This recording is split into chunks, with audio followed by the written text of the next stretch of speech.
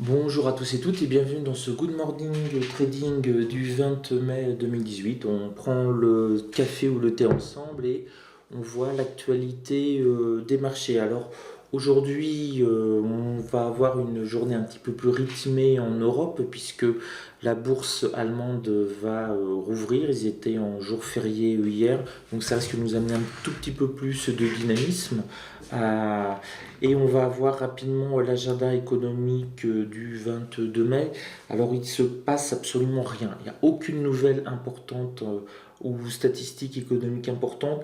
Il y a une chose qui peut être intéressante, c'est à 18h15, à partir de 18h15, on a l'audition de Mark Zuckerberg, donc le PDG de Facebook, devant le Parlement européen. Alors ça peut avoir un impact pour les gens qui traitent l'action Facebook, bien entendu, et peut-être aussi un petit peu le Nasdaq. Donc à partir de 18h15, Zuckerberg était auditionné. Il a déjà été auditionné par le pouvoir législatif américain. Là, c'est le pouvoir législatif européen qui l'auditionne. Alors, s'il est malmené, ça peut faire bouger un petit peu l'action Facebook et en même temps le Nasdaq. Donc, voilà, à part ça, on n'a rien d'autre à surveiller aujourd'hui. On passe tout de suite à l'analyse technique. Alors, analyse technique, là on est sur le Nasdaq 100. Alors, je vous en avais parlé un petit peu du Nasdaq 100 en vous signalant qu'on avait donc le plus haut du mois précédent à 6867 qui faisait bien office de rebond. Hein, là, on voit qu'on a une tendance haussière très marquée et on a ce support qui résiste bien et qui est couplé en fait à proximité à 17 points près avec la résistance à mensuelle et on voit que c'est vraiment ce qui maintient notre Nasdaq au-dessus. Hein. On a encore rebondi vendredi, on a encore rebondi hier sur cette zone-là et on s'est maintenu au-dessus. Donc pour le moment, on fait du ping-pong. Là-dessus, on voit qu'on a un range qui commence à se construire. Donc c'est ça qui sera intéressant, c'est si on casse les 6950, on peut avoir une accélération haussière et retourner là sur la petite pointe qu'on a eu là, retourner en destination des 7000 points. Et puis si on casse ce support là sur le Nasdaq, on peut à nouveau redescendre très rapidement, aller rejoindre ici à peu près cette zone de maintien légèrement au-dessus des 6800. Donc vraiment surveiller la sortie du range, hein, tout simplement. 6950, si on le casse de manière assez vive, on peut accélérer. Et puis là, pour l'instant, on a un support qui marche super bien. Et voilà, donc dès qu'on baisse un petit peu et qu'on arrive sur cette zone-là, si on voit que ça rebondit, on rentre à l'achat. Il y a normalement quelques petits points à se faire. Donc voilà ce qu'on peut dire sur le Nasdaq. On va passer sur le Dow Jones. Alors pour notre ami le Dow Jones, on a quelque chose d'un peu plus marqué puisqu'on a eu la rupture justement du support qui se trouvait ici, hein, et on s'est mis à accélérer. Vous avez vu la bougie, dès qu'on est passé au-dessus, on a une accélération et pour le moment on se maintient au-dessus. Donc tant qu'on reste au-dessus, ça reste positif sur le Dow Jones. On essaie de se maintenir au-dessus des 25 000 points et puis on se met à monter. Hier, par exemple, je n'ai fait que vendre sur les 25 000 points, mais ça a pas mal marché. Hein. J'ai dû me faire dans les 800 euros hier à peu près. On va regarder ça. Hop. Donc la semaine en cours.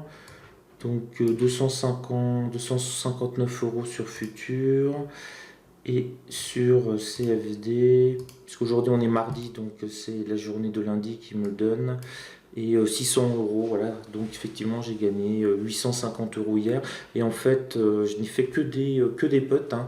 Les 18 trades que j'ai passés là sur Futur étaient uniquement sur le Nasdaq, aucun trade sur le DAX parce qu'il était fermé, et les 18 trades étaient uniquement faits pardon, sur le Dow Jones 30.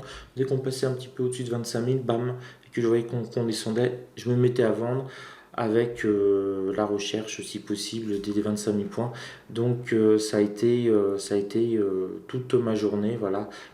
Ça, enfin, 15h30, 18h30 maximum, c'est ce que j'ai fait uniquement sur le Dow Jones 30. J'ai pas beaucoup de temps pour trader en ce moment, beaucoup de choses à faire sur le site, donc voilà. Ça risque d'être pareil aujourd'hui. Alors sur le DAX, en sachant qu'il a bien entendu une journée de coupure. Alors là, oui, c'est intéressant. Là, on a eu, il a ouvert tout de suite à 8 heures. Il a eu une pointe sur la résistance 1 hebdomadaire et il s'est tout de suite mis à baisser d'une cinquantaine de points. Donc ça, c'est un détail extrêmement important pour la journée d'aujourd'hui. Si on remonte sur la résistance 1 hebdomadaire à 13 163, on sait déjà qu'il y a du monde parce qu'à 8 heures, il y avait déjà beaucoup de monde et les algos l'ont fait baisser automatiquement. Et là, on se trouve pile au milieu du range en fait, hein, entre le gap haussier et le plus haut du jour. Donc c'est intéressant, on se maintient sur la résistance 1 journalière. Voilà, on a ces différents supports à travailler à la baisse ou à la hausse. Ça paraît pour le moment assez clair, en tout cas sur le DAX. Notre ami le CAC 40, alors lui, eh ben écoutez, il ne cesse de monter, non-stop. Donc voilà où on en est. Alors je vais basculer plutôt sur l'échéance de juin. J'ai laissé l'échéance de mai, c'est pas bien. Donc voilà, donc on ne cesse de monter, toujours depuis fin avril, hein, on le voit bien, on a eu une accélération à partir du 25 avril. Que dire si ce n'est qu'on se remet à stagner, que la résistance mensuelle, on l'a cassée, explosée. Hein. Là aussi, je vous l'avais signalé que si on la passait, ça pouvait faire office de support. Et là, on le voit bien sur ces bougies en 4 heures. Ça a bien fait office de support et c'est reparti. Donc maintenant, qu'est-ce que l'on a à se mettre, si j'ose dire, sous les dents sur le CAC 40? On a le plus haut de la semaine précédente à 5581. On risque sûrement d'aller à nouveau le rechercher. On a rebondi dessus toute la journée d'hier. Enfin, rebondi, on a fait du tricot dessus. Donc, on va peut-être pouvoir aller le rechercher. Et en cas de baisse, on a quelques petits supports. Là, c'est une zone intéressante parce qu'on a un double support, même si c'est des middle. Mais là, on pourra avoir une petite réaction de rebond, donc tenter quelques points en scalp. Et puis, on a le support là à 5550 qui va être lui extrêmement fort si on baisse. On a la résistance à mensuelle, on a le support 1 journalier, on a la middle S2 journalière à 5142. Donc là, sur 12 points, on a vraiment une zone de résistance à la baisse, une zone de support pour rebondir assez intéressante. Donc voilà grosso modo le point sur les marchés. On est dans un marché calme. Du mois de mai relativement classique, sauf qu'on ne baisse pas. Hein. On dit toujours vendre en mai et puis revenir go out et revenir plus tard. Pour le moment, le mois de mai n'est pas baissier, loin s'en faut. Ça ne veut pas dire qu'il nous reste encore une dizaine de jours. Et comme je le dis souvent, on baisse, on se met à monter lentement mais sûrement pendant 6 mois. Et on peut tout perdre en 48 heures ou 72 heures, essentiellement sur des événements géopolitiques. Là, pour le moment, tout a l'air d'être calme, mais on ne sait pas ce qui peut se passer. En tout cas, ça s'améliore côté Chine et Amérique.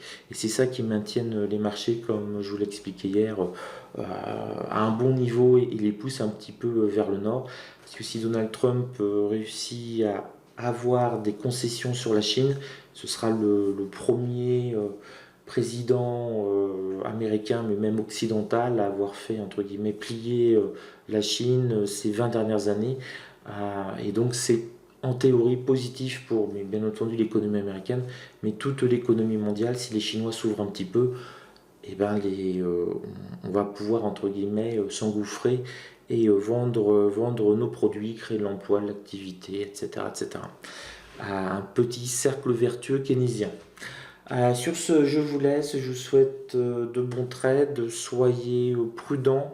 Là, à l'heure actuelle, on est légèrement en baisse Sur le CAC 40, moins 0,06, il ne se passe pas grand chose.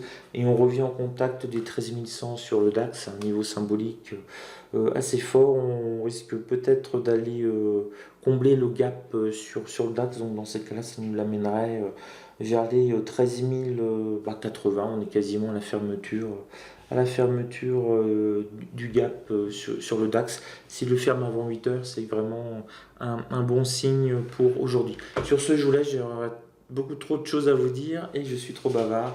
Donc c'est fini. Bon courage à vous et puis à la prochaine. On se retrouve sur la prochaine vidéo.